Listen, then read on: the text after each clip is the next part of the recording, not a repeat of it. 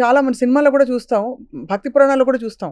భార్య వెళ్లి చాలా భక్తితో కూడి ప్రసాదం పెట్టంగానే భర్తకి మంచి మంచి జరిగిపోతాయని. అలా జరుగుతుందా ఇది కూడా? ఇది చాలా కరెక్ట్ అవసరమైన క్వశ్చన్ అడిగారమ్మా. మీరు ఇష్టమున్నా లేకపోయినా మీరు పంచదార నోట్లో వేసుకున్నారనుకోండి, మీకు తెలవకపోయినా మీరు కొనుక్కురాలా, ఎవరో కొనుక్కొచ్చి మీ నోట్లో పంచదార ఇస్తారు, తీగ అనిపిస్తుంది కదా. అవును.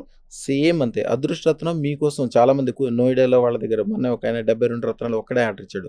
13,50,000 రూపాయల రత్నము బంగారంతో కలిపి 16 లక్షల చిల్లర అయింది. ఆ రత్నాలు 72 మందికి ఇప్పించాడు ఆయన. ఆయన అంతకుముందు బాగా బతికిన వాళ్ళు హైదరాబాద్ వాళ్ళే ఉన్నారు. అక్కడికి వెళ్ళినప్పుడు నోయిడాలో ఒక చోట ఒక ల్యాండ్ కొన్నాడు 18 ఎకరాలు.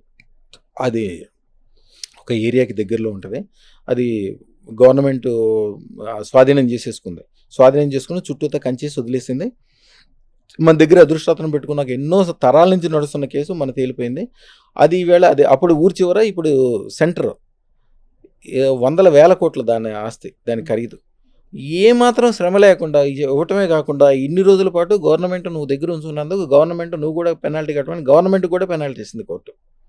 అంటే రేపొద్దున ఎవరు దాన్ని కాదంటానికి కూడా వీలు లేకుండా అదే అంత గొప్ప విజయం వచ్చినందుకు ఆయన ఎంత సంతోషపడ్డాడంటే, వాళ్ళ తాలూకా పనిచేసే వాళ్ళకి, వాళ్ళ లాయర్లకి సంబంధించిన ఎప్పుడో ఎవరో ఒక కాగితం రాసి ఉంటాడు కోర్టులో, చిన్న కాగితం రాసి సంతకం పెట్టుంటాడు గుమస్తానో ఎవరో, ఆయనకి కూడా 16 లక్షలు పెట్టి రత్నం చేపించేశాడు వాళ్ళ తాలూకా వాళ్ళందరికీ. నేను ఇందాక రమణమూర్తి గారు అని చెప్పాను చూడండి, ఆయన అయితే సుమారుగా ఒక 1000 రత్నాలు చేపించుంటాడు. వాళ్ళ అల్లుళ్ళు, కూతుళ్ళు, పుట్టే మనవాళ్ళు, పుట్టేవాళ్ళు, ఆ వియ్యంకులు, వియ్యపురాళ్ళు, వాళ్ళ ఫ్యాక్టరీలో పనిచేసే మెయిన్ వాళ్ళందరూ ప్రతి ఒక్కరికి చేపిస్తాడు. ఎవరి దగ్గర డబ్బులు తీసుకుని ఏం డబ్బులు ఇస్తాడు. మీ దగ్గర రత్నాలు తీసుకుంటే 10, ఆయనకి సుమారుగా ఒక లాస్ట్ ఇయర్ ఒకసారి అయితే 10 కోట్లు చిల్లరైంది.